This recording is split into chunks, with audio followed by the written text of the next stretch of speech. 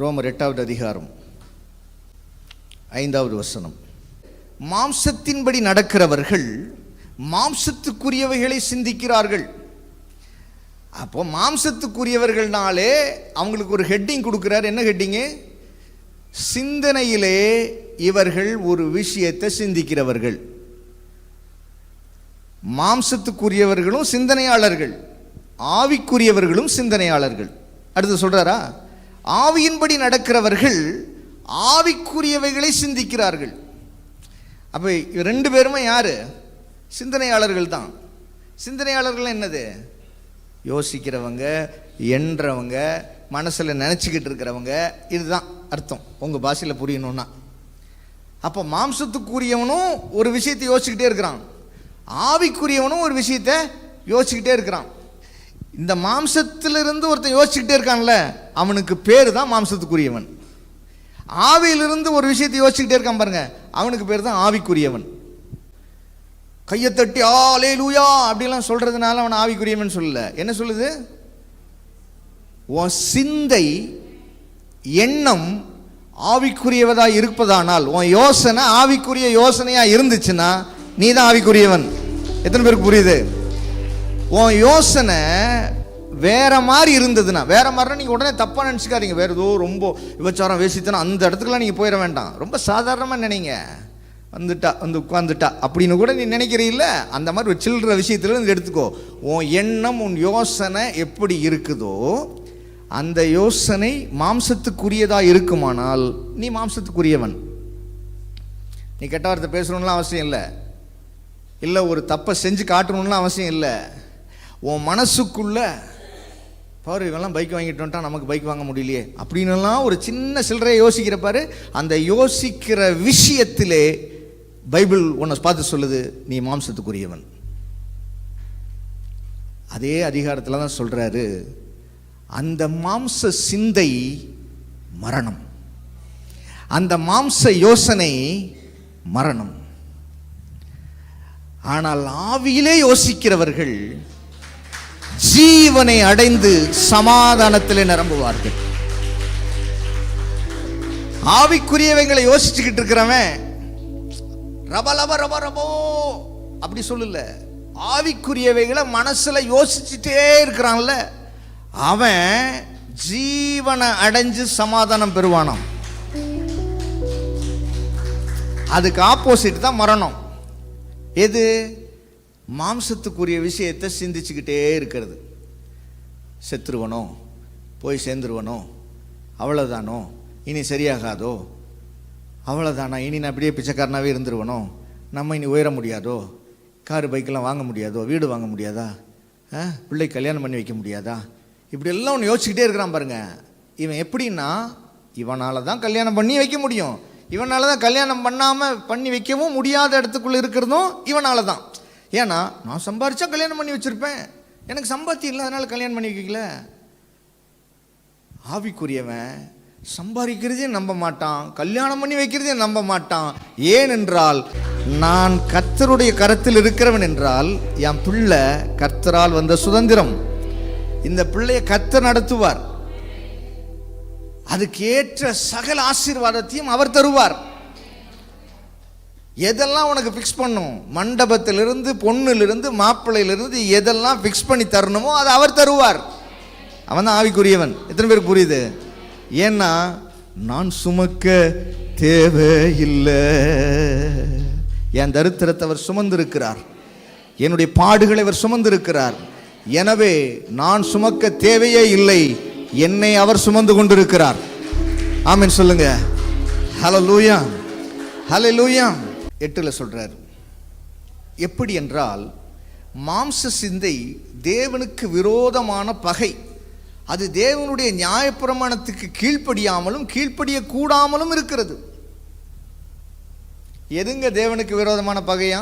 கெட்ட வார்த்தை பேசுறதுன்னு சொல்லல, புயலை போடுறதுன்னு சொல்லல, அதுக்காக நான் இதெல்லாம் போடுன்னு சொல்லல, அங்கே எங்கேயாவது போயிடாதீங்க கூட்டுத்தனமா. இதெல்லாம் தெரிஞ்சிங்கன்னா அதெல்லாம் வராது. கையை தட்டேன். ஹல்லேலூயா. உனக்கு யோசிக்க தெரிஞ்சு சரியா யோசிக்க தெரிஞ்சிட்டீங்கன்னா தவறான காரியமே உன் வாழ்க்கையில் இருக்காது. ஆனால் தவறான உனக்கு சரியாக யோசிக்க தெரியாமல் தவறான காரியத்தை விட்டுவிடலாம் என்று நம்பி ஒருவேளை விட்டுவிட்டால் உன் பெயர் பாவி, நீ மரணத்துக்குள்ளானவன். ஆனால் நீ விடவே வேண்டாம், சரியாக யோசிச்சிட்டீங்கன்னா அது தானா போகும், நீ தான் ஜீவன் பெற்றவன். எத்தனை பேருக்கு புரியுது? இப்போ என்ன சொல்றாரு? மாம்ச ஜெபம் அல்லது மாம்ச இல்லை ஆவிக்குரிய ஜெபம் அப்படி சொல்லல. என்ன சொல்றாரு? மாம்ச யோசனை தேவனுக்கு விரோதமான பகை. மாம்சத்தின் யோசனை தேவனுக்கு விரோதமான பகை. அப்போ விஷயம் என்ன? நீங்க உங்க யோசனையை சரியா யோசிக்கலன்னா நீங்க தேவனை எதிர்த்துட்டு இருக்கீங்கன்னு அர்த்தம். இல்ல நீங்கள் இன்னும் ரட்சிக்கப்படலை, நீங்கள் இன்னும் பரலோகத்தில் உங்கள் பேர் எழுதப்படலை, அதனால நீங்கள் தேவனுக்கு பிரியமில்லாதவங்க. கிடையவே கிடையாது, கிடையவே கிடையாது. ஒரு 3 பேர் வாங்க, அப்படியே இங்கே வாங்க, 3 பேர் அப்படி வாங்க. ஏற்கனவே சொன்னேன், ஒரு மனிதன் ஆவி, ஆத்துமா, சரீரம் என்ற 3 நிலைகளில் இருக்கிறான். ஒரு மனுஷனுக்கு என்ன இருக்குது? ஆவி இருக்குது, ஆத்துமா இருக்குது, சரீரம் இருக்கிறது. எப்போ ஆதாம் பாவத்தில் விழுந்தானோ அப்பொழுது ஆவி உடனடியாக மரித்தது. 930 வயசில் மரிக்கல, இம்மீடியட்டாக மரிச்சது. எப்போ அவன் பாவம் செஞ்சானோ, அதாவது தேவனுடைய வார்த்தைக்கு கீழ்ப்படியாமல் போனானோ அப்போவே என்ன ஆயிடுச்சு? அவனுக்குள்ள பாவம் வந்துருச்சு. பாவத்தினுடைய சம்பளம் மரணம். இப்போ ஆதாமுக்கு மரணம் வந்துருச்சு. எங்கே? ஆவியில் வந்துருச்சு. ஆமென் சொல்லுங்க. ஸோ இந்த ஆவியின் மரணம் இந்த ஆத்துமாக்குள்ள நுழைஞ்சு சரீரத்துக்கு வர்றதுக்கு 930 வருஷம் ஆச்சு. எத்தனை பேருக்கு நான் சொல்றது புரியுது? இந்த ஆவியில் இருக்கிற மரணம் என்கிற தண்டனை இவளுடைய யோசனைக்கு வர்றதுக்கு இந்த யோசனையிலிருந்து இந்த சரீரத்தில் வேலை செய்யறதுக்கு எடுத்துக்கொண்ட நாட்கள் 930. அவன் பாவத்தில் விழும் பொழுது ஆதாமுக்கு பாவம்னா என்னன்னு தெரியாது. எத்தனை பேருக்கு நான் சொல்றது புரியுது? ஆதாம் பாவத்தில் விழும் பொழுது அவனுக்கு பாவம்னா என்னன்னே தெரியாது. நீ சாகவே சாவாயினா அவனுக்கு ஒன்றுமே தெரியாது. சாவுன்னா அவனுக்கு என்னன்னே தெரியாது. அவன்கிட்ட போய் தேவன் சொன்னார், நீ சாகவே சாவாயினாரு. ஒன்றும் தெரியாது அவனுக்கு. ஆனால் அந்த பாவம் அவனுக்குள்ளேருந்து ஆத்துமாக்குள்ளே மெதுவாக வேலை செய்ய ஆரம்பிச்சிச்சு. அப்படியே கொஞ்சம் கொஞ்சமாக எப்படி ஒரு உயிர்கிருமிகள் உள்ள ஒரு வியாதி, கொடுமையான வியாதி எப்படி ஒரு மனிதனை கொஞ்சம் கொஞ்சமாக அழிக்குமோ, அதை மாதிரி அந்த பாவத்தினுடைய விளைவு அந்த ஆத்மாவுக்குள்ளே இறங்கி கொஞ்சம் கொஞ்சமாக அழிக்க அவனுடைய முதிர்ச்சி 930 முதிர்ச்சி அடைஞ்சு செத்துறான். அப்படியே கொஞ்சம் கொஞ்சமாக வந்து என்ன செய்கிறான்? செத்துறான். இப்போ நல்லா புரிஞ்சுக்குங்க, இவன் ஏன் செத்தான் அப்படின்னு ஒரு கேள்வி கேட்டால், அவன் மரிச்சிட்டான் அதனால செத்தான் அப்படிங்கிறது மட்டும் முக்கியமான பதில் இல்லை. அந்த மரிச்சதனுடைய விளைவு அவன் ஆத்துமாவை தாக்கி, அந்த ஆத்துமா அந்த பாவத்தினுடைய விளைவை ஏற்றுக்கொண்டதுனால அவன் சரீரத்துக்குள்ள உள்ளே போய் அப்படியே அழிவை கொடுத்துருச்சு. அந்த கிருமி எப்படி மேலே தலையிலிருந்து அப்புறம் கைக்கு போய் காலுக்கு போய் அப்படியே ஒட்டு மொத்தமாக முடிக்கிற மாதிரி பாவம் கொஞ்சம் கொஞ்சமாக சரீரத்துக்குள்ளே ஒட்டு மொத்தமாக முடித்து 930 காலியாகிறான். எத்தனை பேருக்கு நான் சொல்கிறது புரியுது? இப்போ பைபிள் சொல்லுது, இயேசு கிறிஸ்து இந்த பாவத்தை என்ன செஞ்சாராம்? இந்த ஆதாமுடைய பாவத்தில் பைபிள் என்ன சொல்லுது? 5வது அதிகாரத்தில் பாருங்க. அன்றியும் ஒரே மனுஷனுடைய கீழ்ப்படியாமையினாலே, யார் அந்த ஒரே மனுஷன்? இவன் தான் அந்த ஆதாம். இந்த ஒரு மனுஷனுடைய கீழ்ப்படியாமையினாலே எல்லா மனுஷருக்கும் ஆக்கினைக்கு ஏதுவான தீர்ப்பு உண்டாயிற்று.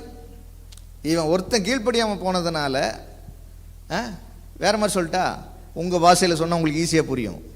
இவன் கெட்ட வார்த்தை பேசினதுனால தேவன் இப்போ எல்லாத்தையும் எப்படி சொல்லிட்டாரான்? எல்லாம் கெட்ட வார்த்தை பேசின வேண்டாரான். எத்தனை பேருக்கு நான் சொல்றது புரியுது? ஏன்னா இவனோட ஜீனு தான் நம்ம எல்லாரும். எத்தனை பேருக்கு புரியுது? அப்போ இவன் கெட்ட வார்த்தை பேசினதுனால தேவனுடைய பார்வையில் நாம் எல்லாருமே கெட்ட வார்த்தை பேசினவங்க. இவன் பாவம் செஞ்சதுனால தேவன் இப்போ என்ன சொல்கிறாரு? எல்லாருமே பாவிக்கிடான்றாரு. இவன் பாவம் செஞ்சான், ஆனால் இவன் புள்ள பாவமே செய்யலை. பாவம் செய்யாதவளையும் தேவன் என்ன செஞ்சார்? பாவின்னு சொன்னார். எத்தனை பேருக்கு புரியுது? ஹல்லேலூயா. இப்போ சொல்கிறாரு, இந்த ஒரு மனுஷனுடைய கீழ்ப்படியாமையினாலே எல்லாருக்குள்ளும் பாவம் வந்துருச்சான். வந்தது போல, வந்துருச்சுன்னு நிறுத்தல, வந்தது போல. அடுத்த சொல்கிறாரு, ஆக்கினைக்கு ஏதுவான தீர்ப்பு உண்டானது போல ஒரே நீதியினாலே. யார் அந்த ஒரே நீதி? வாடா நீ இங்கே வந்து நில்லு. ஆமாம், இவர் தான் இயேசு. இந்த ஒரே நீதியினால அப்படியே நில், அங்கேயே நில், அங்கேயே நில், இங்கே இப்படி பார்த்து என்னை பார்த்து நில். இந்த ஒரே நீதியினாலே. யார் இந்த நீதி? இவர் தான் இயேசு. இந்த ஒரே நீதியினாலே எல்லா மனுஷனுக்கும் ஜீவனை அளிக்கும் நீதிக்கு ஏதுவான தீர்ப்பு உண்டாயிற்று. எல்லா மனுஷனுக்கும் ஜீவனை அளிக்கத்தக்கதான நீதிக்கு ஏதுவான தீர்ப்பு உண்டாயிற்று இயேசுவாலே. அவருடைய சிலுவை மரணத்தினாலே, அவருடைய உயிர்த்தெழுதலினாலே, அவருடைய ரத்தம் சிந்ததலினாலே எல்லா மனுஷனுக்கும் ஜீவனை அளிக்கிற நீதிக்கு ஏதுவான தீர்ப்பு உண்டாயிற்று. உண்டாகும் சொல்லல, என்ன சொல்லுச்சு? உண்டாயிற்று. எப்போ? 2000 வருஷத்துக்கு முன்னாலேயே உண்டாயிருச்சு. ஹல்லேலூயா. இப்போ கொஞ்சம் விளக்கமா பார்க்கலாம். இப்போ இயேசு என்ன செஞ்சிட்டாராம்? நீதிக்கு ஏதுவான தீர்ப்பு கொடுத்துட்டாராம். நீதி யார்கிட்ட தெரியுமா விளங்கும்? யார்கிட்ட நீதி விளங்கும்? ஜீவன் பெற்றவங்ககிட்ட தான் நீதி விளங்கும். மரித்தவர்கள்ட்ட நீதி விளங்காது. ஜீவன் பெற்றவங்கள்ட்ட தான் நீதி விளங்கும். இப்போ இயேசு என்ன செஞ்சாராம்? இவனுக்கு ஜீவனை கொடுத்ததில்ல, இவன் மூலமா எல்லாருக்கும் ஜீவனை கொடுத்துட்டாராம். சரியா? இப்போ ஆராதனையோட ஆவி இது, ஆராதனாவோட சரீரம் இது, அப்படி நினச்சிக்கோங்க. இவ தான் ஆராதனை, ஆராதனைக்கோட ஆவி இது, ஆராதனையோட சரீரம் இது. இது மனது, ஆராதனை மனது, ஆராதனோட மனது அது ஆவி, இது சரீரம். சரியா? இப்போ இயேசு இந்த ஆராதனாவுடைய பாவத்தை 2000 வருஷத்துக்கு முன்பு சிலுவையிலே சுமந்து விட்டார். எத்தனை பேர் நம்புறீங்க? ஹல்லேலூயா.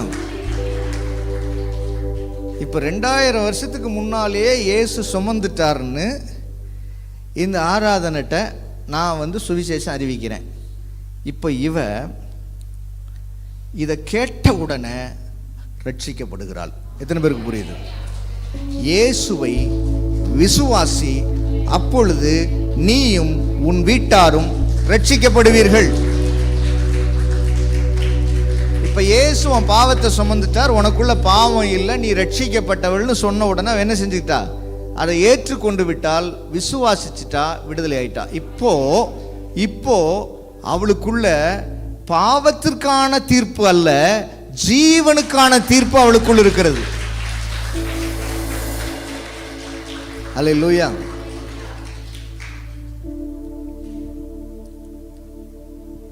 இவ ஒருவேளை இதுக்கு முன்னாலே இதை பற்றி கேட்காம இருந்திருக்கலாம். இப்போ கேட்டுட்டா.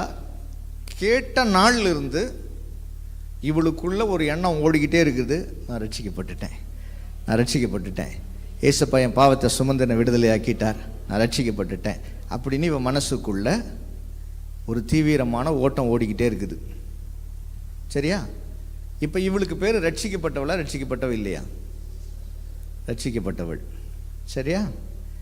ஆனால் இதுதான் சரீரமா? இந்த சரீரம் திடீர்னு ஒரு கெட்ட வார்த்தை பேசுது. இப்போ ரட்சிக்கப்பட்டவளா, ரட்சிக்கப்பட்டவள் இல்லையா? எத்தனை பேர் இல்லைன்னு சொல்கிறீங்க? இவளுக்கு இப்போ கெட்ட வார்த்தை பேசிட்டா இவ. இப்போ ரட்சிக்கப்பட்டவளா இல்லையா? ரட்சிக்கப்பட்டவள் இல்லைன்னு சொல்கிறவங்க கை தூக்குங்க. ரட்சிக்கப்பட்டவன்னு சொல்கிறவங்க கை தூக்குங்க.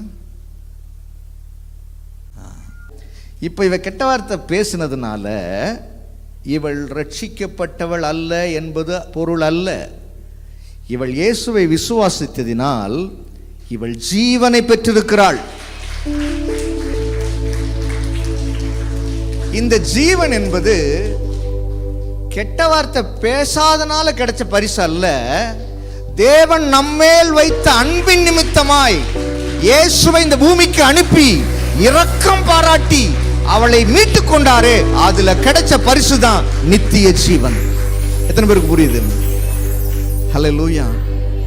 இந்த உலகத்திலே உங்க மேல இவ்வளவாய் அன்பு கூர்ந்தாராம், இவ்வளவாய் அன்பு கூர்ந்தாராம். அப்படி கொடுத்து தன் பிள்ளைய கொடுத்தாராம், பரிசா ஜீவனை கொடுத்தாராம். அப்ப இவ கெட்ட வார்த்தை பேசுனதுனால இவளுக்கு ஜீவன் இல்ல, கெட்ட வார்த்தை பேசினாலும் பேசாட்டியும் அவளுக்கு ஜீவன். எத்தனை பேருக்கு புரியுது நான் சொல்றது? ஹல்லேலூயா. சிலர்லாம் இப்பவே வால் நுழையாத கடத்துக்கு போயிடுவீங்க. அப்போ இவர் கெட்ட வார்த்தை பேச சொல்லிட்டு இருக்காரு போல இருக்கு, இதை போய் கேட்கறது இவ்வளோ நேரம் வந்தோமா அப்படின்ற மாதிரிலாம் சில யோசனையெல்லாம் உங்களுக்கு போச்சுன்னா, நான் அடுத்தது என்ன சொல்ல போறேன்றது உனக்கு புரியாது. ஏன்னா இப்போ புரியலன்னா நான் சொல்ல போகிறது என்ன செய்யாது, அடுத்தது புரியும். இப்போ புரிஞ்சாதான், இதை கரெக்டாக கேட்டு வந்தால் தான் அடுத்து நான் சொல்ல போகிறது புரியும். அதனால இது கூட சிந்தையினுடைய பிரச்சனை தான். ஆமாம், முழுசாண்டட்டு கொடுத்துரு, ஃப்ரீயாக கொடுத்துரு. இவன் ஏன் கெட்ட வார்த்தை பேசினா? இவ மனசு யாரையோ ஒருத்தரை பார்த்து கோவப்பட்டுருச்சு. இவ மனசுக்குள்ள ஒரு கசப்பு வந்துடுச்சு. இந்த மனசு கசப்பினுடைய உச்சத்தை வெளிப்படுத்துது ஒரு கெட்ட வார்த்தையா? கரெக்டா?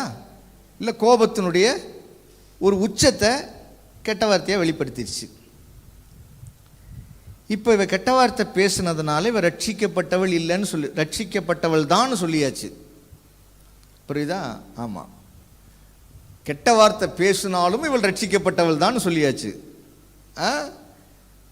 நிறைய பேருக்கு இப்படி கலக்குது, அடி வயிறலாம், என்னடா பிரசங்கம் பண்ணுறான் இவன் அப்படிங்கிற மாதிரி. இப்போ நான் சொல்கிறேன்,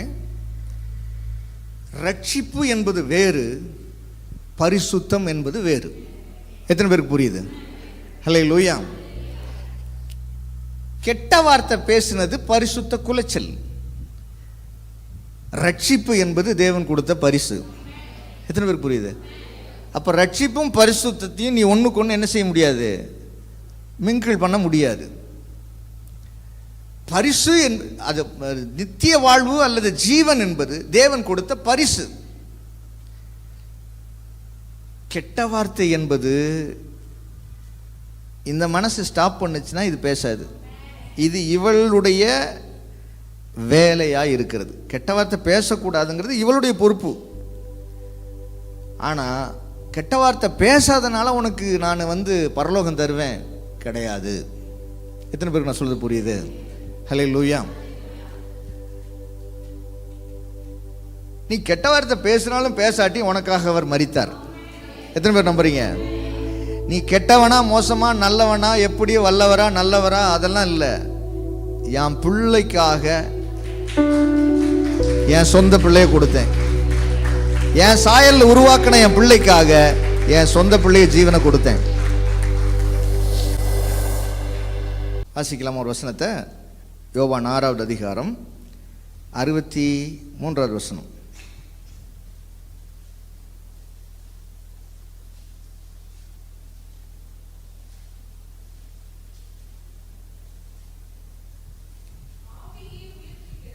ஆவியே உயிர்ப்பிக்கிறது, மாம்சமானது ஒன்றுக்கும் உதவாது. நான் உங்களுக்கு சொல்லுகிற வசனங்கள் ஆவியாயும் ஜீவனாயும் இருக்கிறது. நான் உங்களுக்கு சொல்லுகிற வசனங்கள் ஆவியாயும் ஜீவனுமாயும் இருக்கிறது. அல்லேலூயா.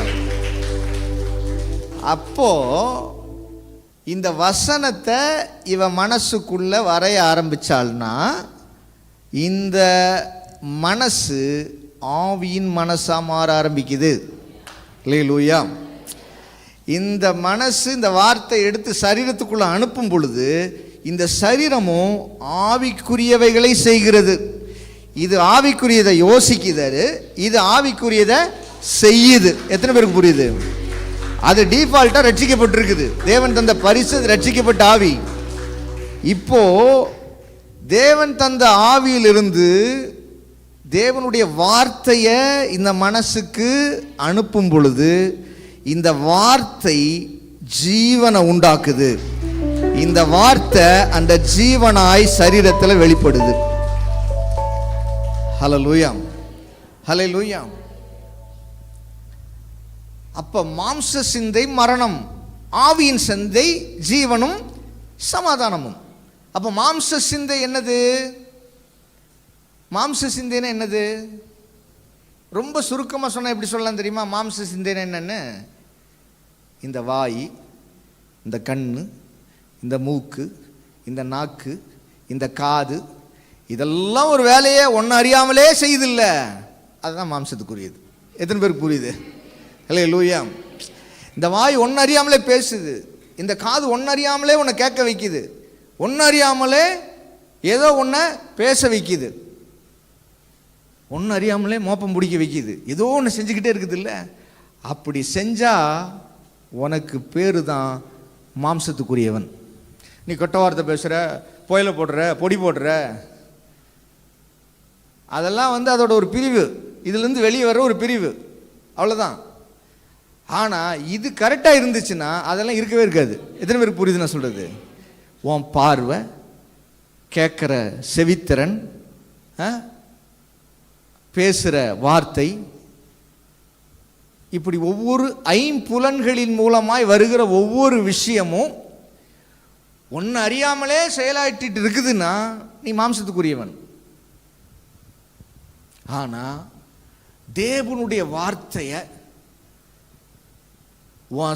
ஆத்துமாவுக்குள்ள நீ அனுப்பி இந்த ஐம்புலன் வழியா உள்ள ஒரு விஷயம் வர்றத ஃபுல் ஸ்டாப் போட்டு அல்லது செக் போஸ்ட் போட்டு அதை ஸ்டாப் பண்ணி தேவனுடைய வார்த்தை எடுத்து உள்ள அனுப்பி,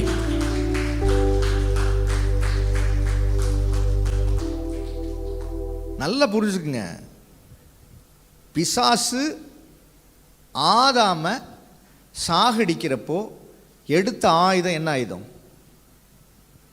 அவனை சாகடிக்கிறதுக்கு எடுத்த ஆயுதம் எது? ஆதாம சாகடிக்கிறதுக்கு அவனுக்கு மரணத்தை உள்ளே கொண்டு வர்றதுக்கு அவன் ஈட்டி எடுத்து குத்துல, இல்லை விஷம் மருந்து கலக்கி கொடுக்கல, இல்லை அவன் சாப்பிட வச்ச பழத்தில் விஷம் கிடையாது, நல்லா தெரிஞ்சுக்குங்க. ஏதோ விஷப்ப பழத்தை கொடுத்துட்டான் அதனால தான் அவன் செத்துட்டான், கிடையாது. நீ சாப்பிட்டா சூப்பராக இருப்படாதான் தான் கொடுத்து சாப்பிட்டான். ஆனால் அவனுக்குள்ளே மரணம் வந்துச்சு. எப்படி தெரியுமா மரணம் வந்துச்சு? எப்படி மரணம் வந்துச்சு? அந்த வார்த்தையை அவன் நம்பினான். அந்த வார்த்தை அவனுக்கு பாய்சனாக வேலை செஞ்சிச்சு. அந்த வார்த்தை அவனுக்குள்ள ஜீவனை எடுத்துச்சு. இன்றைக்கு உங்கள் வாழ்க்கையில் பலவீனம் வருதுன்னா நீங்கள் அந்த வார்த்தையை நம்புறீங்க. தேவன் அவருடைய தழும்புகளால் உங்களை சுகமாக்கி இருக்கிறார் என்று வேதவசனம் சொல்லுகிறது. அந்த வசனத்தை நம்புனீன்னா உன்னில் நிச்சயம் வியாதி இருக்க முடியாது, இருக்க முடியாது. சரி, இப்போ இவளுடைய ஆத்துமால ஆதாம் செய்த பாவத்தினுடைய விளைவு காலமாக சந்ததி தொடர்ந்துக்கிட்டே இருக்குது. காலமாய் அப்படியே அவனுடைய சந்ததி சந்ததி சந்ததி சந்ததி சந்ததி சந்ததியாய் வந்தவங்க தான் நம்மெல்லாம். அப்போ இந்த பாவம் இந்த மனசுக்குள்ள அப்படியே ஒரு கருமேகமாக உள்ளே போய் மூடி இந்த ஆத்மாவை நிறைச்சி வச்சிருக்கு. நான் சொன்னேன் இல்லையா, குழந்தை பிறந்து ஒரு 2வது வயசுலேயே பக்கத்து வீட்டில் போய் பென்சிலை திருடுதுன்னா அதுக்கு யார் சொல்லி கொடுக்குறா? யாரும் சொல்லி கொடுக்கல, அதுவாக திருடுது. அப்போ என்ன அர்த்தம்? அந்த ஜீன் அப்படியே பரம்பரையாக அப்படியே ஒரு ஒரு பிளாக்காக இவளை அப்படியே நீங்கள் அப்படியே இமேஜின் பண்ணி பாருங்கள், அப்படி இருக்கிறான்னு வச்சுக்கோங்க. இப்போ இந்த பிளாக்காக இருக்கிற இந்த மனசு கிட்டத்தட்ட கோடான கோடி வார்த்தைகளை நிறைச்சி வச்சிருக்குது. எது? மாம்சத்தில், பார்க்கறதுல, பேசுறதுல உள்ள விஷயத்தை நிறைச்சி வச்சிருக்குது. இப்போ தேவனுடைய வார்த்தையை எடுத்து இதை அழிக்கணும். இப்போ தேவனுடைய வார்த்தை எடுத்து அழிக்கிறதுக்கு இவள்கிட்ட இப்போ 1,00,000 வார்த்தை உள்ளே இருக்குன்னா இவ என்ன செய்யணும்? அந்த 1,00,000 வார்த்தைக்கும் தேவனுடைய வார்த்தையை உள்ள அனுப்பணும். அப்பதான் அவன் என்ன செய்ய முடியும்? அந்த 1,00,000 பலனை பார்க்க முடியும். அப்போ இப்போ 1,00,000 இவன் 50,000 அனுப்பிட்டா. இப்போ இவள்கிட்ட என்ன இல்லை? கெட்ட வார்த்தை பேசுறது இல்லை. ஏன்? உங்கள் நாவுகளில் கெட்ட வார்த்தை ஒன்றும் வராமல் இருப்பதாக உங்கள் வாயில் அப்படிங்கிற ஒரு வார்த்தையை பிடிச்சிக்கிட்டா. இப்போ வாயில் என்ன செய்யலை, கெட்ட வார்த்தையே வர விடலை. ஆனால் ஒரு பொய் சொல்கிறா. இப்போ கெட்ட வார்த்தை போயிருச்சு, என்கிட்ட பொய் வந்துருச்சு, அதனால நான் ரட்சிப்புக்கே தகுதி இல்லாதவ அப்படின்னு உங்கள் மனசு சொல்லுதில்ல. ஆண்டவர் சொல்கிறாரு, ரட்சிப்பு வேறு பரிசுத்தம் வேறு. ரட்சிப்பு வேறு பரிசுத்தம் வேறு. பரிசுத்தமாக இருக்கிறவன் இன்னும் பரிசுத்தமாக வேண்டும். ரட்சிக்கப்பட்டவன் நித்திய ஜீவனை பெற்றவன். எத்தனை பேருக்கு புரியுது? ஹல்லேலூயா. அப்போ உனக்குள்ள கெட்ட வார்த்தையை நிறுத்திட்டேன், அதனால பொய் பேச ஆரம்பிச்சிட்டேன் அப்படின்னு நீ கவலைப்பட வேண்டிய அவசியம் இல்லை. நல்லா புரிஞ்சுக்குங்க. கவலைப்பட மீன்ஸ் கவலைப்படணும், ஆனால் ரட்சிப்பை இழந்துட்டு இருக்கணும் அப்படின்னு கவலைப்பட வேண்டிய அவசியம் இல்லை. நீ அந்த மாதிரி உனக்கு செகண்டரியாக இன்னொரு காரியம் உன்னை ரொம்ப ஃபோர்ஸ் பண்ணுது அப்படின்னா நீ இன்னும் அதிகமாக சொல்லணும், நான் ரட்சிக்கப்பட்டவன், நான் ரட்சிக்கப்பட்டவன், நான் ரட்சிக்கப்பட்டவன், நான் ஜீவன் பெற்றவன், இயேசுவுடைய தழும்புகளால் நான் சுகமாக இருக்கிறேன், அவருடைய ரத்தம் என் பாவங்களை கழுகி இருக்கிறது, என் பாவ சாபங்களை அவர் சுமந்து இருக்கிறார், நான் விடுதலை பெற்றிருக்கிறேன். எப்போ பொய் வர்ற டைமில் சொல்லணும். இதை எத்தனை பேருக்கு புரியுது? ஹல்லேலூயா, ஹல்லேலூயா. ஸோ இதெல்லாம் சொன்னேன்னா அதுக்கு பேரு தான் கிருபை. எத்தனை பேருக்கு புரியுது? இதை சொல்லைய அப்படியே இந்த கிருபை அப்படியே தொப்பி போடுமா, மேலே போட்டு அந்த அழுக்கு அப்படியே மூடுமா. எத்தனை பேருக்கு புரியுது நான் சொல்றது? ஹல்லேலூயா.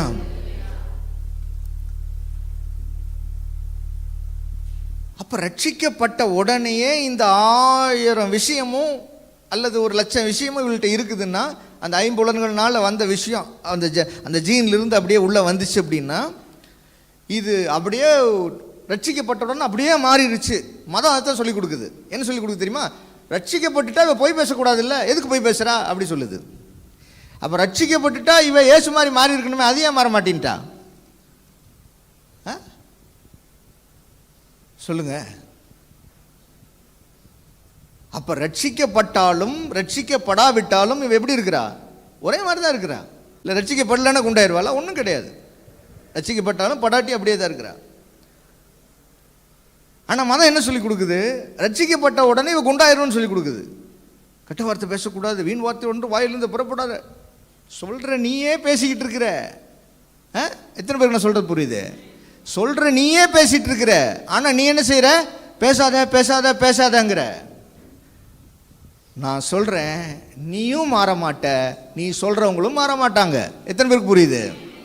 ஆனால் தேவனுடைய வார்த்தையை இவள் நம்ப ஆரம்பித்தாளானால் அந்த வார்த்தை அவளுக்கு ஜீவனையும் வல்லமையும் அது கொண்டு வர ஆரம்பிக்கும். ஹல்லேலூயா, ஹல்லேலூயா.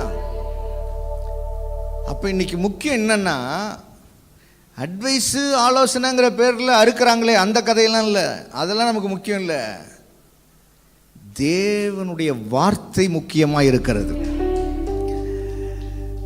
அவருடைய வார்த்தையிலே இரவு பகலாய் தியானமாய் இருக்கிற மனுஷன் பாக்கியவான். அவன் நீர்க்கால் ஓரமாய் நடப்பட்ட இலையுதிராத மரத்தை போல இருப்பான். அவன் மரத்துல ஒரு இலை கூட கீழே உதிராது, அவ்வளோ ஸ்ட்ராங்கா இருப்பான். ஏன் தெரியுமா? வார்த்தையை நேசிக்கிறான், வார்த்தையோட உளுந்து கிடக்கிறான், அந்த வார்த்தையை சாப்பிடுறான், அந்த வார்த்தையை அசை போடுறான், அந்த வார்த்தையை சிந்தையில பேசிக்கிட்டே இருக்கிறான். அவன் வாழ்க்கை மறுரூபமாகிறது. ஆமென் சொல்லுங்க. ஹல்லேலூயா. அப்போ ஒரு மனுஷன் பரிசுத்தமாகணும் அப்படின்னு நீங்க விரும்புனீங்கன்னா, ரட்சிப்பை இழந்துட்டனோ அப்படிங்கிற பயம் உனக்கு வர வேண்டாம். பரிசுத்தம் அப்படின்னா என்ன தெரியுமா? கனி என்று அர்த்தம். எத்தனை பேருக்கு புரியுது? ஹல்லேலூயா. இவர் மெய்யான திராட்சை கொடி. யாரு? இயேசுநாதர். இப்போ இயேசுநாதர் எங்க கொடுத்துட்டாரு? ஜீவனை ஆவியில கொடுத்துட்டாரு. மெய்யான செடி. இப்போ இந்த மெய்யான செடியிலிருந்து என்ன வரணும்? மெய்யான கொடி வரணும். மெய்யான கொடியிலிருந்து என்ன வரணும்? மெய்யான கனி வரணும். எத்தனை பேருக்கு புரியுது நான் சொல்றது? ஹல்லேலூயா. ஸோ இது செடி, இவ கெட்ட வார்த்தை பேசுனதுனால அது கொடியாக மாறிடாது. எத்தனை பேருக்கு நான் சொல்கிறது புரியுது? இவ கெட்ட வார்த்தை பேசுறதுனால அது திராட்சை செடி பாவக்காய் செடியாக மாறிட முடியாது. திராட்சை செடி மெய்யான திராட்சை செடிதான், அது உனக்குள் இருக்கிறது. அந்த செடி நிச்சயம் கொடியாய் மாறி கனி கொடுக்கும். இந்த கொடி ஒருவேளை 2 மாசத்துல வளர்ந்து 2 கொலையை கொடுத்துருக்கலாம், 4 மாசத்துல வளர்ந்து 3 கொலையை கொடுத்துருக்கலாம், 8 மாசத்துல வளர்ந்து 10 கொலையை கொடுத்துருக்கலாம், அல்லது 3 மாசத்துல நடந்து 10 கொலையை கூட கொடுத்துருக்கலாம். எப்படி வேணாலும் இதனுடைய வளர்ச்சி இருக்கலாம். அந்த வளர்ச்சிக்கு பெயர் தான் பரிசுத்தம். ஆமென் சொல்லுங்க. பரிசுத்தமா இருக்கிறவர்கள் இன்னும் பரிசுத்தமாகட்டும், நீதி செய்கிறவர்கள் இன்னும் நீதி செய்யட்டும். ஏன் இதெல்லாம் சொல்லிட்டு இருக்கேன் உங்கள்கிட்ட? ரட்சிப்பு மேலேயே நிறைய பேருக்கு நம்பிக்கை இல்லை. பரலோகம் போயிடுவானா, கடவுள் என்ன எடுத்துக்குவாரா, கடவுள் இப்போ வந்தால் என்னை கைவிட்டுருவாரோ, எடுத்துருவாரோ, ஏதேதோ குழப்பம். நீ ரட்சிக்கப்பட்டிருக்கிறியா இல்லையாங்கிற நம்பிக்கையே உனக்கு இல்லைன்னா, இது செடியா கொடியாங்கிற நம்பிக்கையே உனக்கு இல்லைன்னா, கொடியை பற்றியும் கனியை பற்றியும் உனக்கு பேசவே முடியாது. ஏன்னா அது செடினே உனக்கு தெரிலன்னா, திராட்சை செடின்னு உனக்கு தெரிலன்னா, திராட்சை கொடியை பற்றி யோசிக்க முடியாது, கனியை பற்றியும் யோசிக்க முடியாது. செடியை முன்னால் ஸ்ட்ராங்காக நம்ப முடிஞ்சால் தான் கொடியையும் கனியையும் பற்றி யோசிக்க முடியும். எத்தனை பேருக்கு புரியுது நான் சொல்கிறது? ஹல்லேலூயா. இந்த கொடியை வளர்த்தணும்னா, இந்த கொடி வளரணும்னா வார்த்தையை உன் மனதிற்கு அனுப்ப வேண்டும். இந்த வார்த்தையை உன் சிந்தையில் வச்சு அசை போட்டுக்கிட்டே இருக்கணும். இரவு பகலாய் அவருடைய வார்த்தையை தியானிக்கிற மனுஷன் அப்படின்னு என்ன அர்த்தம்? என்ன அர்த்தம்? அந்த வார்த்தையை எல்லா சூழலுக்கும் அந்த வார்த்தையை எடுத்து அசை போட பழகிட்டேன்னா, அப்போ இந்த பூமியில் வாழும் பொழுது பவுல் சொல்றாரு, நீங்கள் இந்த பூமிக்கு உரியவர்கள் அல்ல, நீங்கள் வானத்துக்கு உரியவர்கள். நம்மள என்ன சொல்லி கொடுத்துட்டாங்க? நம்மளாம் பரலோகம் போய் அங்கே இருந்துருவோம், அதனால அப்படி பவுல் எழுதியிருக்காருன்ட்டானுங்க. பவுல் இருந்திருந்தா பாவம் எப்படி ரியாக்ஷன் இருந்திருக்குன்னே தெரில. ஏற்கனவே சொல்கிறாரு, என்னை துக்கப்படுத்தாதீங்கடா, நீங்கள் படுத்தின துக்கமெல்லாம் போதுண்டான்னுலாம் சொல்கிறாரு. அப்போ நம்ம இப்படியெல்லாம் பிரசங்கம் பண்ணியிருந்தால் எப்படி இருந்திருக்கும் பாருங்கள். அப்போ நீங்கள் வானத்துக்குரியவர்கள் அப்படின்னு ஒரு விஷயத்தை பேசுகிறாரு. எதை பற்றி பேசுகிறாரு? நீங்கள் ராஜ்யத்தின் பிள்ளைகள் அப்படி சொல்கிறாரு. அப்போ ராஜ்யத்தில் என்ன சத்தம் கேட்கும்? தேவாதி தேவனுடைய சத்தம் தான் கேட்கும். அப்போ தேவனுடைய வார்த்தை கேட்குற இடமா உன் சிந்தை மாறிடுச்சுன்னா, உன் சரீரத்தில் கனிகள் வெளிப்பட ஆரம்பிக்கும். ஹல்லேலூயா. பிசாசு கை வைக்கிற இடமே எது தெரியுமா? கெட்ட வார்த்தை பேசின உடனே நீ எல்லாம் ரட்சிக்கப்பட்டவனா அப்படின்னு ஒரு கேள்வி கேட்பான். பக்கத்தில் யாராவது கெட்ட வார்த்தை பேசிட்டா இவன் சொல்லுவான், ரட்சிக்கப்பட்டவனாமா, கெட்ட வார்த்தை பேசிட்டு போகிறான் பாருங்க அப்படி சொல்லுவான். அது அவன் காதில் விழுந்துச்சுன்னா அவன் இன்னும் கொஞ்சம் அவனுக்கு ஒரு வலியை ஏற்படுத்தி, ஐயோ நம்ம உண்மையாலும் இப்போ ரட்சிப்பை பெறல போல இருக்குது, அப்போ ரட்சிப்பை பெறக்கு இன்னும் வேறு ஏதோ வழிகள்லாம் இருக்குது போல இருக்குது, அந்த வழியை கண்டுபிடிக்கத்தா தான் நம்ம ஏதோ பரலோகமாவது போக முடியும் போல இருக்குது, அப்போ நம்மளாம் திருந்தவே மாட்டோம் போல இருக்குது, இவ்வளோதான் போல இருக்குது, இப்படியெல்லாம் ஒரு குழப்பத்தை உண்டு பண்ணி கொடுத்து கொண்டே இருப்பது தான் பிசாசனுடைய தந்திரம். எத்தனை பேருக்கு நான் சொல்கிறது புரியுது? ஹல்லேலூயா. நானோ உங்களுக்கு ஜீவனையும் அது பரிபூரணப்படுவதுமே வந்தேன். ஆனால் உன்னை எப்படி கொல்லான்னு பார்த்துக்கிட்டே இருந்தான். ஆனால் நான் உனக்கு ஜீவனை கொடுத்து பரிபூர்ணப்படுத்தும்படியாய் வந்தேன்.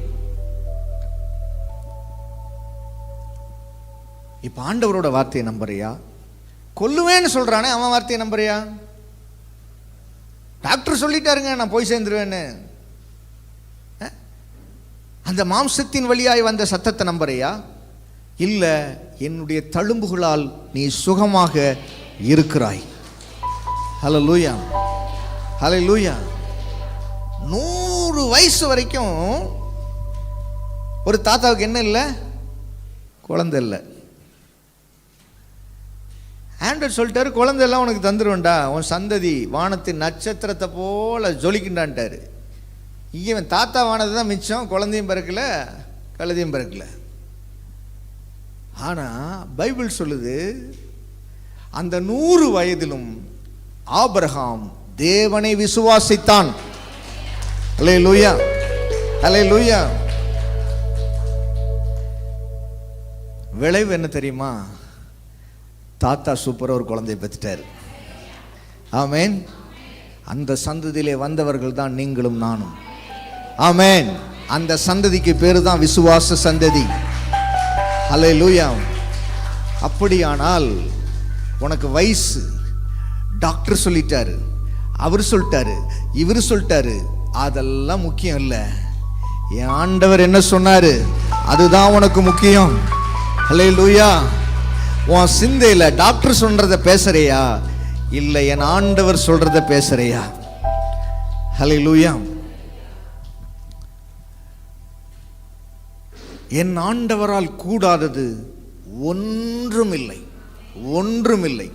அவரால் எல்லாம் கூடும் என்று வேதம் சொல்லுகிறது. நீ அதை நம்புறியா? இல்லை டாக்டர் நாளைக்கு செத்துருவேன்னு சொல்லிட்டாருன்றதை நம்புறியா? இல்லை டாக்டர் இப்படியெல்லாம் நடக்கவே உனக்கு நடக்காதுன்னு சொல்லிட்டாரு, நீ நம்புறியா? இதுதான் இப்போ நமக்கு ரொம்ப முக்கியமான ஒரு போராட்டமாக இருக்குது. அந்த போராட்டம் எங்கே தெரியுமா நடக்குது? ஆவிலையும் இல்லை, சரீரத்திலையும் இல்லை. அந்த போராட்டம் மண்டையில் நடக்குது. இந்த தேங்காய் மண்டையில். இந்த தேங்காய் மண்டை சரியாக ஹேண்டில் பண்ண பழகிட்டீங்கன்னா இந்த சரீரம் ஜோராக வளர்ந்துடும். ஆமென் சொல்லுங்க. ஹல்லேலூயா, ஹல்லேலூயா. நீங்கள் நல்லா கவனிச்சு பாருங்களேன். ஒரு சின்ன பலவீனம் இருந்துச்சுன்னா டாக்டர்கிட்ட போனால் டாக்டரு அங்கே செக் பண்ணி, இங்கே செக் பண்ணி, இங்கே செக் பண்ணி புஷ்ஷுன்னு ஒன்று காதில் ஊதுவார். என்ன ஊதுவார் தெரியுமா? ரொம்ப பெரிய பிரச்சனையில் இருக்கடா நீன்றுவார். எத்தனை பேருக்கு நான் சொல்கிறது புரியுது? அவன் கொஞ்ச நேரத்துக்கு முன்னால் வரைக்கும் சாதாரணமாக ஆஸ்பத்திரிக்குள்ளே போயிருப்பான். வெளியே வர்றப்ப எப்படி தெரியுமா வருவான்? கிட்டத்தட்ட செத்த பணம் மாதிரி தான் வெளியே வருவான். ஏன்னா அவர் சொன்ன அந்த ஊதுன வார்த்தை இருக்குதே, அது உள்ளே போய் அவனுக்குள்ள மரணத்தையே இழுத்துட்டு வர்ற அளவுக்கு ஒரு பயத்தை கொண்டு வந்துடுது, ஒரு வெறுப்பு. இவர் என்ன ட்ரீட்மெண்ட் ஆரம்பிக்கல, ஆனால் வேற ஒரு ட்ரீட்மெண்ட் ஆரம்பிச்சிட்டார். காசு பிடுங்கருக்கு. என்ன ட்ரீட்மெண்ட்டு? இத்தனை லட்சம் செலவு பண்ணலன்னா உன்னை காப்பாற்ற முடியாதுன்னு சொல்லிட்டாரு.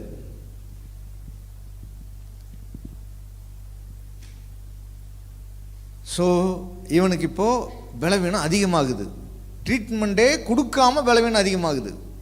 எந்த பிரச்சனையுமே இவன் சரீரத்துக்குள்ளே வராமல் இவன் எனக்கு என்ன ஆகுது? பிரச்சனை ஜாஸ்தி ஆகுது. காரணம் என்ன தெரியுமா?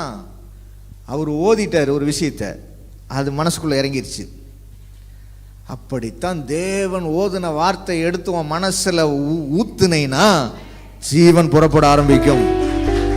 பிசாசு ஓதுன வார்த்தை எடுத்து உன்னுடைய சிந்தைக்குள்ள அனுப்புனா மரணம் வரும். தேவ வார்த்தை எடுத்து உன் சிந்தைக்குள்ள அனுப்புனா ஜீவன் வரும். ஆமென் சொல்லுங்க. ஹல்லேலூயா, ஹல்லேலூயா.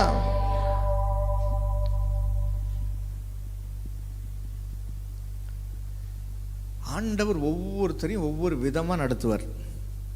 எல்லாரையும் ஒரே மாதிரி தான் நடத்தணும் அப்படி கிடையாது. இவன் ஒரு வார்த்தை சொன்னோன்னே வேலைக்காரன் ஆண்டவர் ஒரு வார்த்தை சொன்னால் போதும் நம்பி ஒரு வார்த்தையை ஏற்றுக்கொண்டதுனால வேலைக்காரன் சுகமாகிடுவான். அவளுக்கு கண்ணை ஒரு தடவைக்கு 2 தடவை கழுகுனா கண்ணு தெரியுது, புரியுதா? இன்னொரு ஆளுக்கு நீ என்ன நினைக்கிறியோ அதுதான்டா உனக்கு நடக்கும்னு சொல்லிட்டு போயிட்டாரு. அவன் நினைச்சது அப்படி நடந்துருச்சு, கண்ணு திறந்துருச்சு. இப்படிலாம் பைபிள் சொல்லுது. அப்போ இப்படி விதவிதமாக அற்புதம் நடக்குது ஒவ்வொருத்தருக்கும். எல்லாத்துக்கும் ஒரே மாதிரி தான் அற்புதம் நடக்கணும்னு அவசியம் இல்லை. அப்போ ஜெபம் ஒன்னே நடக்கல அப்படின்னு சொன்னா அது பிசாசு கொண்டு வருகிற தந்திரம். இத்தனை நாள் ஆச்சு எனக்கு நடக்கல அப்படின்னு சொன்னாலும் அது பிசாசு கொண்டு வருகிற வார்த்தை. எத்தனை நாளானாலும் நான் சுகமாகத்தான் இருக்கிறேன் என்று உன்னால் சொல்ல முடிந்தால் அந்த விசுவாசம் உன்னை கனப்படுத்த ஆரம்பிக்கும். ஏங்க, விசுவாசிக்கிறவனுக்கு எல்லாம் கூடும்னு பைபிள் சொல்லுது. இந்த வார்த்தையை பொய் நினைக்கிறீங்களா, உண்மை நினைக்கிறீங்களா? உண்மை நினைக்கிறீங்களா? உண்மை நினைச்சிங்கன்னா நான் விசுவாசிக்கிறேன் ஆனாலும் நடக்க மாட்டேங்குது அப்படின்னு நிறைய இடத்துல சொல்கிறீங்களா? ஆமான்னு நிறைய தலை வேகமாக ஆட்டுது. சரியா? இப்போது நீங்கள் விசுவாசித்தாலும் ஏன் நடக்கலை அப்படின்னு ஒரு கேள்வி கேட்டு பார்த்துருக்கிறீங்களா? கேட்டு பார்த்ததில்லை. காரணம் என்ன தெரியுமா? உங்க விசுவாசம் எப்படிப்பட்டதுன்னு உங்களுக்கு தெரியாது, கர்த்தருக்கு தெரியும். ஆமென் சொல்லுங்க. ஹல்லேலூயா. வேலைக்காரன் சுகமாக இருக்க அந்த 100க்கு அதிபதி வந்து ஆண்டவர்கிட்ட சொன்னா, ஆண்டவரே நீங்க ஒரு வார்த்தை சொல்லிட்டீங்கன்னா இப்போ என் வேலைக்காரன் எங்கேயோ கிடக்குறான், அவன் சுகமாயிருவான், நீங்க இங்கே ஒரு வார்த்தை சொல்லிருங்க, அவன் சுகமாயிருவான் அப்படின்னு இயேசுகிட்ட சொன்னாங்க. அப்போ இயேசுகிட்ட அந்த 100க்கு அதிபதி சொன்ன பொழுது இயேசுவுக்கு தெரியும், இவன் நான் சுகப்படுத்தினாலும் சுகப்படுத்தாவிட்டாலும் இவன் எனக்கு கொடுக்க வேண்டிய கனத்தை கொடுத்து விசுவாசிக்கிறான் என்பதை அவர் தெரிஞ்சதுனால ஒரு வார்த்தை சொன்னார், வேலைக்காரன் சுஸ்தமாயிட்டான். ஆனால் உங்கள் விசுவாசம் அப்படி இல்லை. சரியாகலன்னா உடனே ஆண்டவர்கிட்ட போய் என்ன பிரயோஜனம், ஜோமன் என்ன பிரயோஜனம், நாங்கள் போய் முக்கணமே ஒன்றும் நடக்கலையே. அதுதான் பிரச்சனை. உன் ஆழத்தின் நினைவுகளை அவர் அறிந்திருக்கிறவர். நீ 16வது நாள் என்ன பேசுவேன்னு அவருக்கு தெரியும், 137வது நாள் நீ என்ன பேசுவேன்னு அவருக்கு தெரியும், உன் வார்த்தை எப்படிலாம் டங்கு ஸ்லிப் ஆகுன்னு அவருக்கு தெரியும். உள்ளது உன் விசுவாசம் எவ்வளவு ஸ்ட்ராங்கா இருக்குன்னு அவருக்கு தெரியும். உன் விசுவாசம் ஸ்ட்ராங்கா இருந்தா இன்னைக்கே நடக்கும். எத்தனை பேருக்கு புரியுது? உன் விசுவாசம் பலவீனமா இருந்தா விசுவாசத்துல உன்னை பலப்படுத்தி அதுக்கு பிறகு நடத்துவார். என்னை பலப்படுத்துகிற கிறிஸ்துவினாலே எல்லாவற்றையும் செய்ய பலன் உண்டு. என்னை பலப்படுத்துகிற கிறிஸ்துவினாலே எல்லாவற்றையும் செய்ய பலன் உண்டு. அப்போ வார்த்தை உங்களுக்குள்ள நிரப்பப்பட்டிருந்துச்சுன்னா எல்லா நேரத்திலும் உங்க நினைவு எப்படி இருக்கும் தெரியுமா? அந்த வார்த்தை என்ன பலப்படுத்தும், அந்த வார்த்தை என்ன சுகப்படுத்தும், அந்த வார்த்தை என்ன நடத்தும், அந்த வார்த்தை என்ன கைவிடாது, அந்த வார்த்தை பொய் சொல்லாது, அந்த வார்த்தை சொன்னதை செய்து முடிக்கும், அந்த வார்த்தை எனக்காகவே பேசும். இப்படியே இந்த வார்த்தையில அசை போட்டுக்கிட்டே இருக்கணுமா? எப்ப தெரியுமா? இரவு பகலாய். ஆமென் சொல்லுங்க. ஹல்லேலூயா. பாருங்க, இந்த சரீரம் தான் என்ன செய்யுது? கை காலெல்லாம் வேலை செய்யுது. இது எங்கே உட்காந்துருக்குது? சரீரத்துக்குள்ளே உட்காந்துருக்குது. இது ஜாலியாக சேர் போட்டு உட்காந்துருக்குது. ஆனால் வேண்டாத வேலையெல்லாம் நிறைய செய்யுது. ஆனால் இது ரொம்ப கஷ்டப்படுது, ஆனால் ரொம்ப கம்மியாக சம்பாதிக்குது.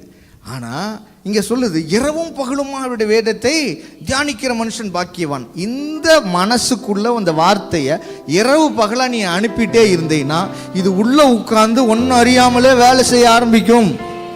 ஆமீன் சொல்லுங்க. இது செயல்ல நான் பரிசுத்தமா இருக்கிறேன், ஜெபிக்கிறேன், அன்னி பாஷை பேசுறேன், அக்னி ஊதுறேன் எல்லாம் ஒன்றும் இது காட்ட வேண்டாம். இது உள்ள மட்டும் மறைமுகமா இது அமுத்திக்கிட்டே இருந்துச்சுன்னா இது தானா வெளியே வேலை செய்யும். ஹல்லேலூயா, ஹல்லேலூயா. முடிக்கிறேன் நான். தேவனுடைய ஆவி உங்களுக்குள் வாசமாக இருந்தால் எப்படியா? தேவனுடைய ஆவி உங்களுக்குள் வாசமாய் இருந்தால் நீங்கள் மாம்சத்துக்கு உட்பட்டவர்களாய் இராமல் ஆவிக்கு உட்பட்டவர்களாய் இருப்பீர்கள். கிறிஸ்துவின் ஆவி இல்லாதவன் அவருடையவன் அல்லவே. என்ன அர்த்தம்? ரட்சிப்பு இலவசமாக வந்துருச்சு, ஆனால் வார்த்தை உனக்குள்ள இல்லைன்னா நீ அவருக்கு சொந்தக்காரராக மாற முடியாது. அவர் உன்னை சொந்தமாக்கிட்டாரு. வார்த்தை உனக்குள்ள வந்துச்சுன்னா நீ அவருக்கு சொந்தக்காரராக மாறிடலாம். எத்தனை பேருக்கு புரியுது? அவர் இலவசமாக உன்னை ரட்சிச்சிட்டாரு. ஆனால் வார்த்தையை உள்ள ஏத்துனீன்னா நீ அந்த வல்லமையை சுதந்திரித்துக் கொள்ளலாம். ஹல்லேலூயா. அப்ப தேவனுடைய ஆவி அப்படிங்கிற இடத்துல போடுங்க, தேவனுடைய வார்த்தை உங்களில் வாசமாயிருந்தால் நீங்கள் மாம்சத்துக்கு உட்பட்டவர்களாயிராமல் ஆவிக்கு உட்பட்டவர்களாய் இருப்பீர்கள். 11 சொல்றாரு, அன்றியும் இயேசுவை மரித்தோரிலிருந்து எழுப்பினவருடைய ஆவி உங்களில் வாசமாயிருந்தால் கிறிஸ்துவை மரித்தோரிலிருந்து எழுப்பினவர் உங்களில் வாசமாய் இருக்கிற தம்முடைய ஆவியினாலே சாவுக்கேதுவான உங்கள் சரீரங்களை உயிர்ப்பிப்பார். என்னத்தை உயிர்ப்பிப்பாராம்? சாவுக்கேதுவான சரீரம். கவலை எதில் வருது? சரீரத்தில் தான் வெளிப்படுது. கண்ணீர் எதில் வருது? சரீரத்தில் தான் வெளிப்படுது. வியாதி எதில் வருது? சரீரத்தில் தான் வெளிப்படுது. துக்கம் எதில் வருது? சரீரத்தில் தான் வெளிப்படுது. கோபம் எதில் வருது? சரீரத்தில் தான் வெளிப்படுது. இதெல்லாம் எங்கே வெளிப்படுது? சரீரத்தில் தான் வெளிப்படுது. இப்போ இங்கே ஆண்டவர் சொல்கிறாரு, தம்முடைய ஆவியினாலே இந்த சாவுக்கேதுவான சரீரங்களை உயிர்ப்பிப்பார். உயிர்ப்பிப்பார். அப்படின்னு என்ன அர்த்தம் தெரியுமா? கோபம் போயிடணும், வியாதி போயிரும், வருத்தம் போயிரும், பிரச்சனை போயிரும், உன்னை உயிர்ப்பிப்பார். சாவ நோக்கி உன் சரீரம் ஓடுது இல்ல, அந்த ஓடுற சரீரத்தில் இயேசுவை உயிரோடு எழுப்பின அந்த ஆவியின் வல்லமை உன் சரீரத்தை உயிர்ப்பிக்குமா.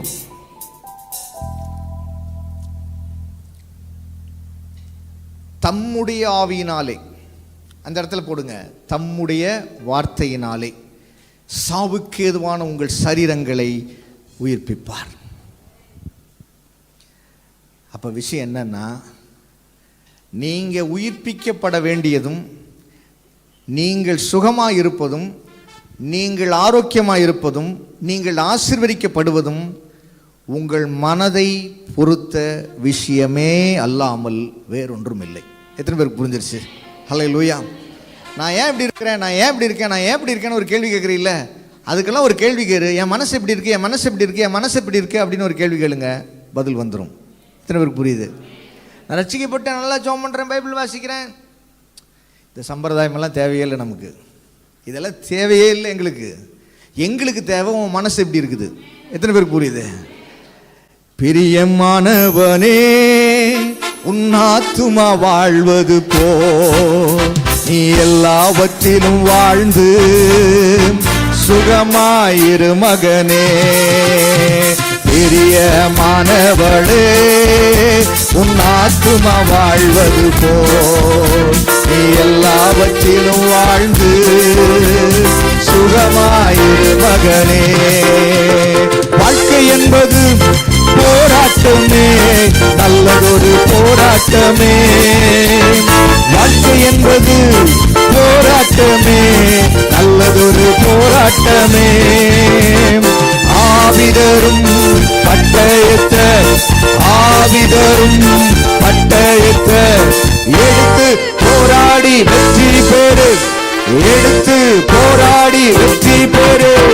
பிரியமானவனே, உன் ஆத்துமா வாழ்வது போ, நீ எல்லாவற்றிலும் வாழ்ந்து சுகமாயிரு மகனே.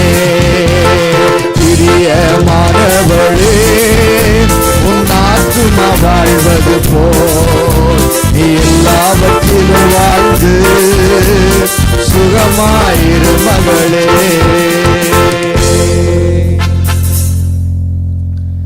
இப்ப சொல்றாரு, ரட்சிப்பு என்பது வேறு, பரிசுத்தம் என்பது வேறு. இதெல்லாம் நான் ஏன் திருப்பி திருப்பி உங்களுக்கு சொல்லிக்கிட்டே இருக்கிறேன்னா, உங்கள் மனதில் இதையெல்லாம் பிரித்து எழுத பழகிக்கிங்க. இந்த நாளிலிருந்து ரட்சிப்பையும் பரிசுத்தத்தையும் ஒன்றா போட்டு கலக்கிட்டு இருந்த உனக்குள்ள ஒரு பிரிவு உண்டாகட்டும் இயேசுவின் நாமத்தில். ஹல்லேலூயா.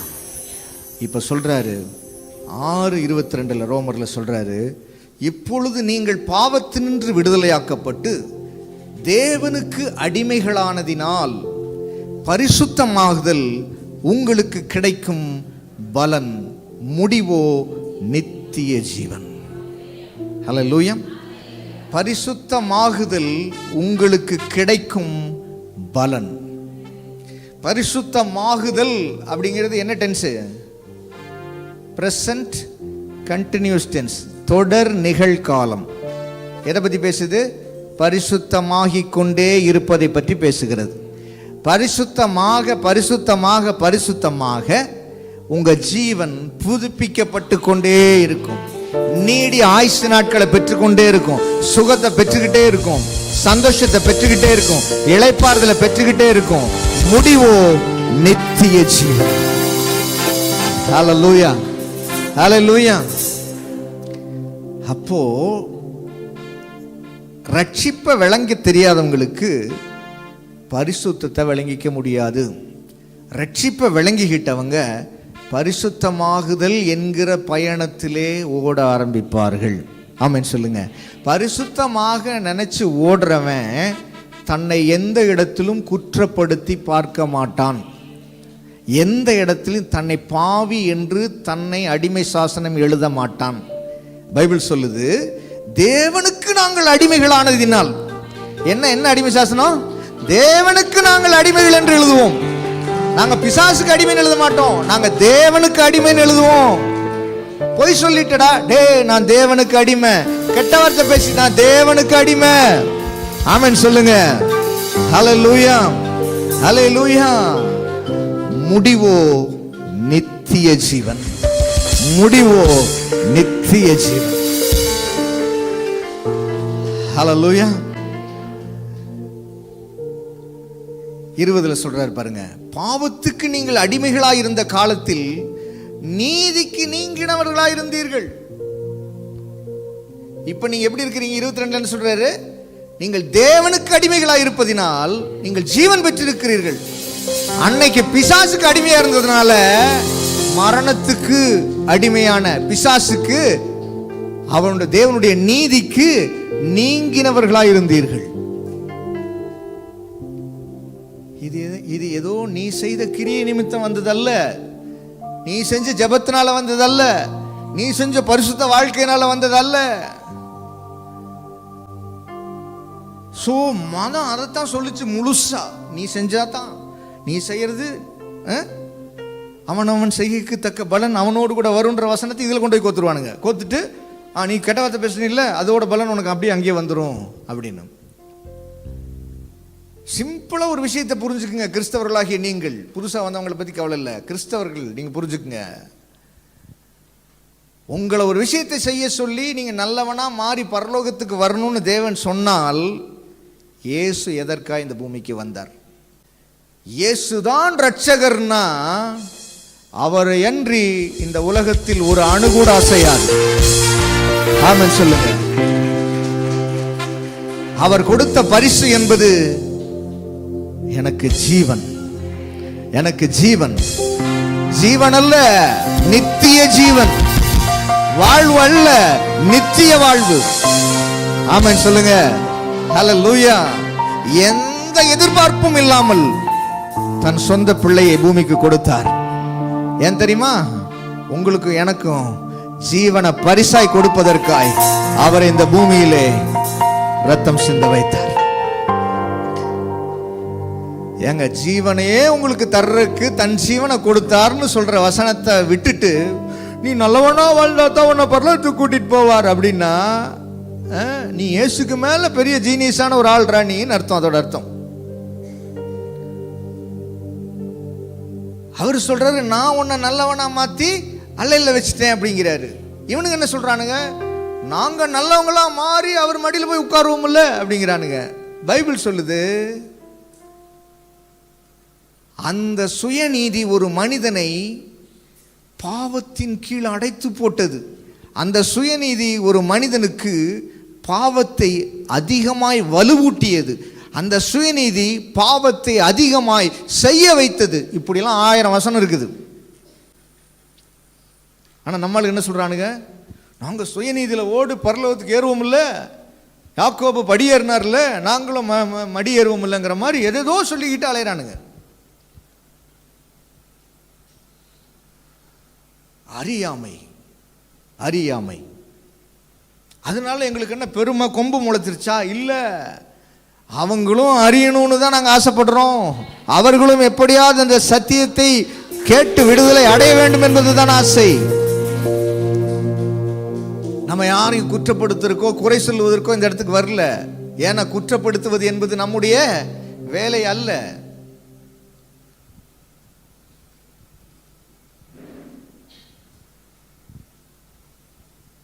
ஏன் இன்னும் இந்த பூமியில தேவ புத்திரர்கள் வெளிப்படல? பைபிள் சொல்லுது, தேவ புத்திரர்கள் வெளிப்படுவதற்கு சிருஷ்டியானது ஆவலோடு கூட எதிர்பார்த்து கொண்டிருக்கிறது. நீங்களும் நானும் தேவ புத்திரர்கள்லாம் இந்த பூமி வெளிப்படுறதுக்கு, பூமியே அகிலம் எங்கும் அப்படியே நம்மள ஆச்சரியமா தேவ புத்திரர்கள் வரப்போறாங்க வரப்போறாங்க வரப்போறாங்கன்னு பார்க்க போதான். என்ன தேவ புத்திரர்கள்? தேவ புத்திரர்கள் நடந்தாங்கன்னா அற்புதம் நடக்கும். தேவ புத்திரர்கள் நடந்தாங்கன்னா சூரியன் நிற்கும். தேவ புத்திரர்கள் நடந்தாங்கன்னா இயற்கைக்கு அப்பாற்பட்ட அற்புதங்கள் நடக்கும். இந்த தேவ புத்திரர்கள் ஒரு நாள் இந்த பூமியில வெளிப்படுவார்களாம். வெளிப்படுவதற்கு சிருஷ்டியானது ஆவலோடு காத்து கொண்டிருக்கிறதாம். இயேசு என்னோட இருப்பதை நினைச்சுதான் என் உள்ளம் துள்ளுதம்மா, நன்றி என்று சொல்லுதம்மா. ஆஹா ஆஹா, ஓ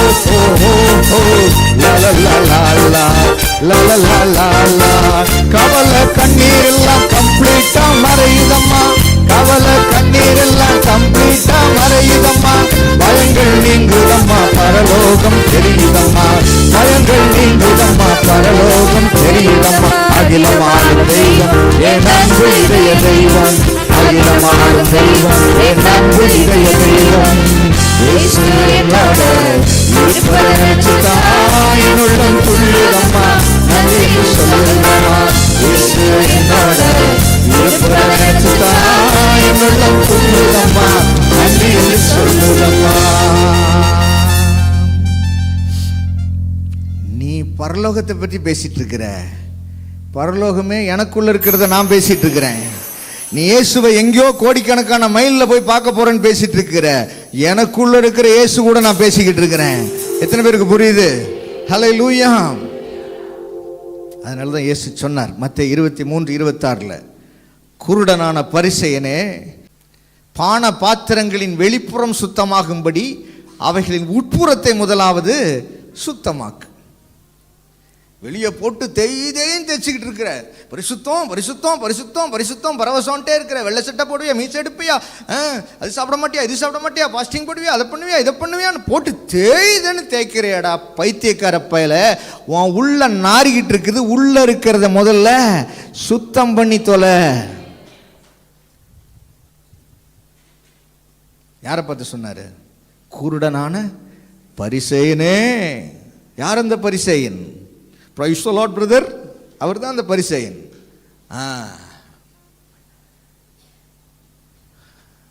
பைபிளை நல்லா படிக்கணும் பாருங்க. சும்மா அப்படியே மேலோட்டமாக நுனிப்புல வாச்சிக்கிட்டு மேலே எங்களையும் படிச்சுக்கிட்டு எதையோ ஒன்று ஆல்ரெடி சுற்றினா இப்படி தான் இன்னும் பாஸ்ட் இப்படிலாம் பேசுகிறாரு அப்படிலாம் பேசுகிறாரு. நானா பேசுனேன்? குருடனான பரிசேயனே, ஆச்சரியக்குறியோட வருது அப்படின்னு அர்த்தம், முட்டா பாயலை அப்படின்னு அர்த்தம். நான் சொல்லல, ஏசு சொன்னதை தான் உங்களுக்கு வாசித்து காட்டுறேன். ஆமாம். ஸோ நீங்கள் பாவத்திலிருந்து விடுதலையாக்கப்பட்டிருக்கிறீர்கள், நீங்கள் நீதிக்கு அடிமைகளாக இருக்கிறீர்கள், நீங்கள் அவருடைய ஆலயமாக இருக்கிறீர்கள். உங்கள் ஆலயத்தில் அவர் வாசம் பண்ணுகிறார். உங்கள் மனதை தேவனுடைய வார்த்தையினால் இந்த நாளிலிருந்து நிரப்ப ஆரம்பிங்க, பேச ஆரம்பிங்க, அதையே யோசிக்க ஆரம்பிங்க, அதையே சிந்தித்து கொண்டிருங்க. ஒரு விஷயத்தை சொல்லட்டுமா? நீங்க 4 மணி நேரம் ஜெபம் பண்ணேன்னு சொல்றதும், இல்லை 2 மணி நேரம் ஜெபம் பண்ணேன்னு சொல்றதோ, இல்லை அரை மணி நேரம் சொல்ல, இல்லை 10 நிமிஷம் ஜெபம் பண்ணேன்னு சொல்றதோ, அந்த பலனை பார்க்கிலும், அந்த வெற்றியை பார்க்கிலும், தேவனுடைய வார்த்தையை மனசுல பேசினேனா அதற்கு மேல் ஒரு பலமான ஜெயமான ஒரு ஜெபம் இந்த உலகத்தில் வேற ஒன்றுமில்லை. ஹல்லேலூயா, ஹல்லேலூயா. உன் மனசுல தேவனோட வார்த்தையை பேச ஆரம்பிச்சிட்டேனாலே நீ ஒரு பிரேயர் வாரியர். ஆமென் சொல்லுங்க. நீ ஜெபித்து கொண்டே இருக்கிறவன். ஆமென் சொல்லுங்க. ஹல்லேலூயா. அதுக்காக இப்போ நான் தனியாக போய் ஜெபம் பண்ணக்கூடாதுங்களா? நான் அப்படி சொல்லல. இந்த ஜெபத்தை உனக்கு சரியா செய்ய தெரிஞ்சா, உன் மனசுல வார்த்தையை போட்டு அசை போட்டு கர்த்தரை மகிமைப்படுத்த தெரிஞ்சிருச்சுன்னா அந்த ஜெபம் சூப்பரா இருக்கும். ஆமென் சொல்லுங்க. இதை செய்ய தெரியாம நீ 10 மணி நேரம் ஜெபம் பண்ணாலும் அந்த ஜெபம் குப்பை குப்பை, அவ்வளவுதான் மேட்ரு. தேவனுடைய வார்த்தையை உன் மனசுக்குள்ள யோசிக்க தெரியாமல், சிந்திக்க தெரியாமல், அசை போட தெரியாமல், நான் பல மணி நேரம் ஜெபம் பண்றவ அப்படி நீ சொன்னீன்னா பூஜ்ஜியத்துக்கு நீ சமம். நீ தேவனுடைய வார்த்தை அசை போட்டுக்கிட்டு 2 நிமிஷம் ஜெபம் பண்றேன்னு சொன்னேன்னா நீ பெரிய ஆள். நீ பெரிய ஆளு, நீ பெரிய ஆளு. உனக்காக வானம் திறக்கப்படும். ஆமென் சொல்லுங்க. ஹல்லேலூயா. ஆமா, அப்படித்தான் தேவனுடைய வார்த்தையில் நிரம்பாத யாராக இருந்தாலும் சரி, நீ எத்தனை ஜெபத்தை, எத்தனை பிரேயரு, எத்தனை ஃபாஸ்டிங்கு, நீ எத்தனை அது இது காணிக்கை தர்மம் தானம் என்னத்தை சொன்னாலும் அது பயனற்றது. அவருடைய வார்த்தையின்படி நீ செய்ய தெரியாம ஏதோ நுனிப்புழு மேய்ஞ்சிக்கிட்டு ஏதோ ஒரு விஷயத்தை கேட்டுட்டு வந்து அதை செஞ்சேன் இதை செஞ்சேன் காணிக்க போட்டேன் அதை போட்டேன் இதை போட்டேன், ஒரு பிரயோஜனமும் இல்லை, ஒரு பிரயோஜனமும் இல்லை. நான் தான் சொல்லியிருக்கேன் பாருங்களேன், தேவனுடைய வார்த்தையில நடக்கிறவன் அவன் செய்கிறதெல்லாம் வாய்க்குன்னு பைபிள் சொல்லுது. அந்த செய்கிறதெல்லாம் வாய்க்கிறதுல என்ன நடக்குமா தெரியுமா? சந்தோஷம் இருக்குமா, ஒரு சந்தோஷம் இருக்குமா. நீங்க எதை செஞ்சாலும் கர்த்தருக்கு உங்களுக்குள்ள ஒரு சந்தோஷம் இருக்குமா. ஹல்லேலூயா. இதை எங்க டெஸ்ட் பண்ணலாம்னா, உங்களை அதில் எங்கே ஈஸியாக உங்களை கீழே விழ வைக்கலாம் அப்படின்னா, டெஸ்ட் பண்ணி கீழே விழ வைக்கலாம்னா, விழுகாமல் இருந்தீங்கன்னா சந்தோஷம். அதை விழ வைக்கிறதுக்கு டெஸ்ட் பண்ணுறதுக்கு ஈஸியான இடம் எது தெரியுமா? பிசாசு தந்திரமாக எங்கேயோ ஒரு இடத்துல குத்துவாங்களா, அது மாதிரி உங்களை குத்துறது எந்த இடத்துல குத்தலாம் தெரியுமா? உன் பாக்கெட்டில் இருக்கிறது எடுத்து ஆண்டவருக்கு கொடு அப்படின்னு சொன்னால் உன்னை ஈஸியாக கண்டுபிடிச்சிடலாம் நீ யாருன்னு. எத்தனை பேருக்கு சொல்றது புரியுது? விசனமாயும் அல்ல கட்டாயமாயும் அல்ல, மனமுகுந்து தேவனுக்காய் விதைக்கிறானே அவனிடத்திலே தேவன் பிரியமாய் இருக்கிறார் என்று வேதம் சொல்லுகிறது. ஹல்லேலூயா. நீ தேவனிடத்திலே பிரியமாய் இருக்கிறாய் என்றால் நீ கொடுப்பதிலே பிரியமாய் இருப்பாய். ஆமென் சொல்லுங்க. ஹல்லேலூயா. ஆமா. ஸோ இதெல்லாம் தான் ஆவிக்குரியவர்களை நிதானிச்சு பார்க்குற விஷயம். ஒருத்தரை வந்து அவர் எப்படிப்பட்ட பாக்கெட் மேனாக இருக்கிறாருன்றதை கண்டுபிடிச்சிட்டோம்னாலே அவர் எப்படிப்பட்ட ஸ்பிரிச்சுவல் மேனாக இருப்பார் அப்படிங்கிறத ஈஸியாக கண்டுபிடிச்சிடலாம். நான் இருந்தால் கொடுத்துருவேன்ல, இருந்தால் நாங்கள் விதைச்சிருப்போம்ல அப்படின்னா நீங்கள் வாழ்க்கை ஃபுல்லாக விதைக்கவே மாட்டீங்கன்னு அர்த்தம். எழுதி வைத்துக் கொள்ளுங்க. இருந்தா தானே இப்போ கொடுப்போம், நாங்கள் இல்லையே நாங்கள் என்ன செய்யறது? நீ கொடுக்கவே மாட்ட. ஆண்டவர் நீ இவ்வளவு கொடுன்னு சொல்லி கேட்கல, உன்கிட்ட இருக்கிறதுல கொடுன்னு தான் சொல்லி கேட்டார். எத்தனை பேருக்கு புரியுது? ஹல்லேலூயா. எனக்கும் அப்படிலாம் செய்யணும்னு ஆசை, ஒன்னும் ஆசைப்பட சொல்லவே இல்லையே நானு. நீ கொஞ்சத்துல உண்மையா இல்லைன்னா எங்க போய் நீ 10,000 விதைக்கிறது 50,000 விதைக்கிறது எல்லாம் நீ யோசிக்கிறது? நீ 10 ரூபா விதைக்கிறதுலே சிக்கல், உன்னை நம்பி எப்படி தேவன் 10,000 தருவாரு? 10,000 விதைக்கிறதுலே சிக்கல், உன்னை நம்பி எப்படி தேவன் 10 லட்சம் தருவாரு? 10 ரூபாயில உண்மையாயிரு, 10,000 வரும். 10,000த்துல உண்மையாயிரு, லட்சங்கள் வரும். லட்சங்கள்ல உண்மையாயிரு, கோடிகள் வரும். அல்லேலூயா, அல்லேலூயா. ஏன்னா நீங்கள் இந்த பூமியின் ராஜ்யத்துக்கு உரியவர்கள் அல்ல, நீங்கள் தேவராஜ்யத்துக்கு உரியவர்கள். தேவராஜ்யத்துக்கு உரியவர்கள் தேவராஜ்யத்துக்குரியவைகளைத்தான் சிந்திக்க வேண்டும், அவைகளைத்தான் செய்ய வேண்டும். எழும்பி நிற்கலாமா?